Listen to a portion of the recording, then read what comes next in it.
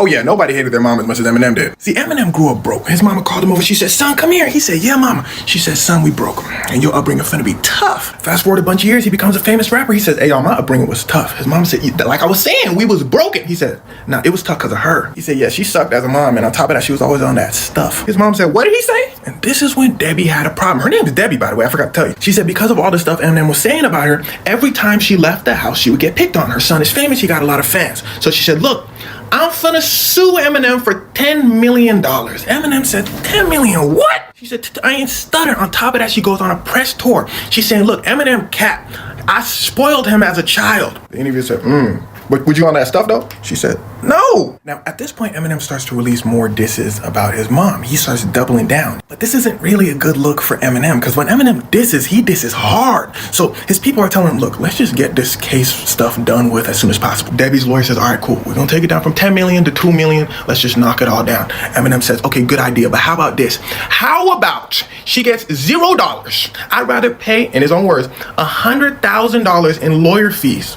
so she doesn't see a dime. The lawyers looked at each other. They said, oh, them folks for real. Everybody looked at Debbie. They said, can you be the voice of reason in all this? She said, absolutely. And you can listen to all my reason in my new diss track. Yes, she releases a diss track towards Eminem saying, hey, I was a good mom.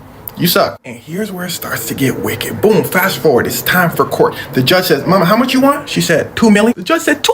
Hold on, in dollars or naira? She said, dollars? He said, no. Because here's the thing, it's really hard to win a defamation case, which she was suing her son Eminem for, saying that he defamed her, which would mean she would have to prove that all the things Eminem said about his childhood wasn't true, which would be extremely difficult to do. Now, the question remains, is the stuff Eminem said about her true or not? I don't know, I wasn't there. But there are people that were. His uncle says, absolutely not.